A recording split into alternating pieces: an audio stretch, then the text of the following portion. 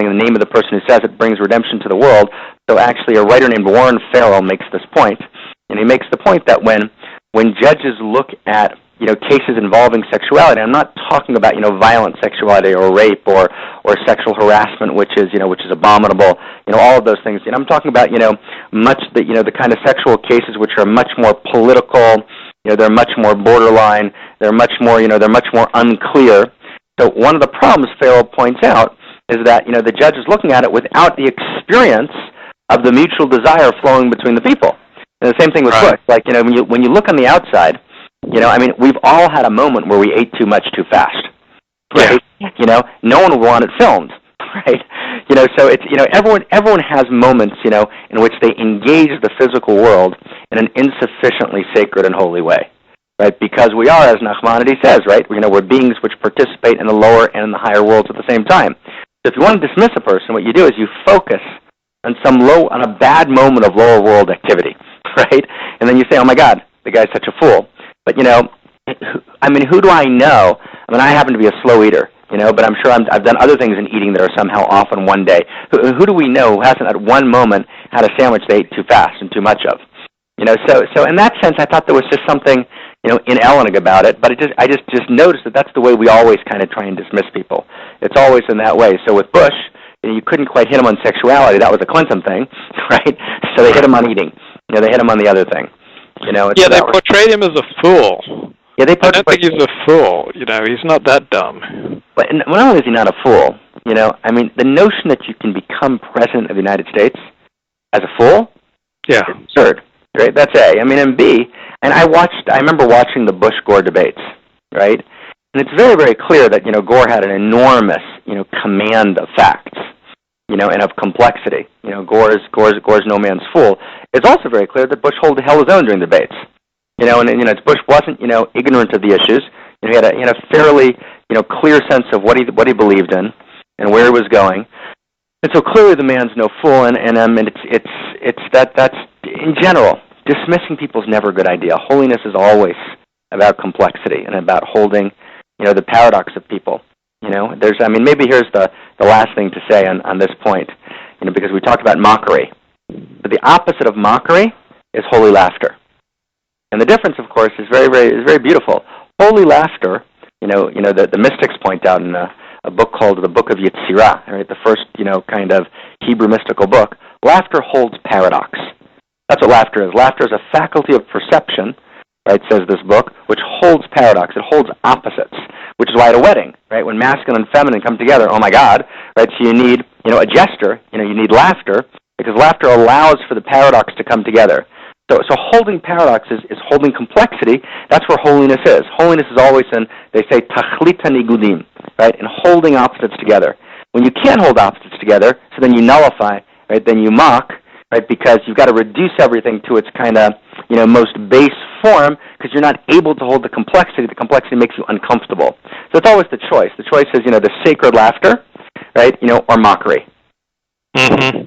Yeah. One problem I had with the film is that I never identified with, particularly liked, or was even terribly intrigued with the protagonist. The guy that they put at the center of their movie is definitely not likable, and he's not terribly intriguing or charismatic either. He's just this bumbling fraternity boy who grows up and finds Jesus. And so that's a pretty big problem when your lead character in a movie is not someone who pulls you in. Right. The way they described him. Yeah, I guess I think that's right. The other question, which I really don't know the answer to, which is I don't know if you have a thought on this. I've thought about it quite a bit, but I've never devoted the time to actually. You could probably find out the answer to this question if you worked hard enough. I'm sure you know that there's all sorts of conspiracy theories, in America about all sorts of things, right? There's a conspiracy theory world. The Twin Towers were blown up by God knows who. And it's a Twin Towers conspiracy world. There's a JFK. There's a whole discussion now I've heard from people that suggest a certain conspiracy around Barack Obama becoming elected, which is a very nefarious view. And I always wondered about conspiracy theories. You know, I'm mentioning it because I was actually just thinking about Fahrenheit 9/11. Mm-hmm. You know, and that documentary, and which kind of also had an implied conspiracy theory about Bush and his relationship to the Saudis, and why he didn't do anything, why he didn't react, and and that's kind of woven by people into kind of who actually took down the Twin Towers, and were they taken down in order to get into Iraq, and the whole. And I've always myself wondered, for many years I thought the conspiracy theories were ridiculous. I mean, there's complete nonsense, right? I mean, who would, and then I have to say, as I began reading, just because there was someone I knew who was involved, I began reading around the assassination of Rabin, right? And there's actually some really, really compelling material that seems to indicate, pretty convincingly, like, wow, like, empirical, information that seems to suggest that things, that happened were very, very different than what actually happened. And then, and as I've gotten older and I've actually seen myself firsthand, biographically, with friends, autobiographically, where there's such a huge gap between the truth, between the empirical reality and between what sometimes is the perception of the truth, that you kind of sometimes wonder, do we really know what's going on? In other words, do we really actually have any real sense of what's really happening? In other words, whether that's, Bush and Iraq, whether that's Obama, you get you wonder sometimes. You wonder sometimes. Right. So that's one of the things. Yeah. That's one of the things I love about being a reporter is that you have more access to what's really going on, or you try to. Like, I find a few things as intoxicating and as exhilarating as like getting the truth that is not widely known.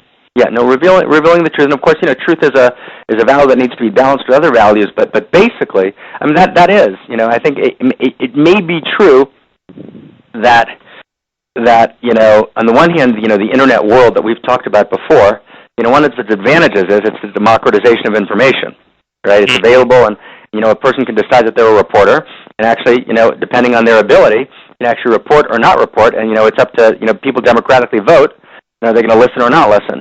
But that's the good news. And of course, the bad news is that there's such a plethora of information. There's so much information that in order to be able to sift through and find, the truth, it's very, very hard to do. So in a certain sense, we're in the opposite situation of where we used to be. Used to be there were two newspapers, William Randolph Hearst and the New York Times, and Sulzberger, and that's it.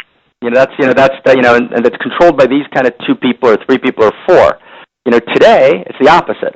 There's so much information, but I kind of wonder today also, though, can you really get to the truth? How do you actually sift information? It's not easy. It's not easy. Right. The move from information to wisdom is not easy.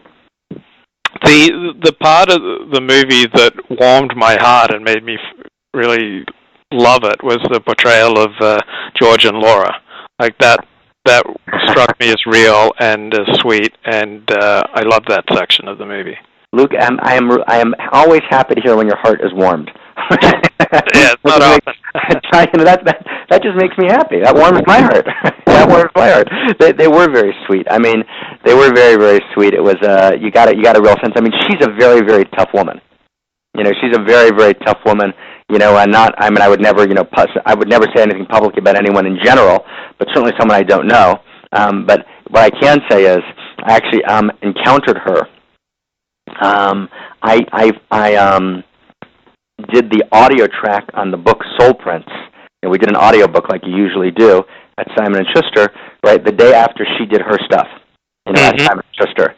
So, I actually had some encounter, and she is an incredibly tough woman. Right? I mean, she is like, whoa. She is not a sweet grandmother, right? She is a, tough, in control, knows what she wants, powerful, matriarchal figure, of the first order. Yeah. Huh. So blessings to her, huh? Yeah, well, that part of it didn't really come out in the movie. It didn't. That's what I was mentioning. No, it didn't at all. It didn't at all. You got a much warmer, fuzzier, sweeter. Sweeter. You got a. I mean, you did get the kind of Bush patrician sense. Yeah. And you also got, I liked the Jeb point of the movie. I've thought about the Jeb thing a number of times. That is what is kind of, funny about the George Bush story, and it's kind of where, divine providence in karma, which are, two ways of saying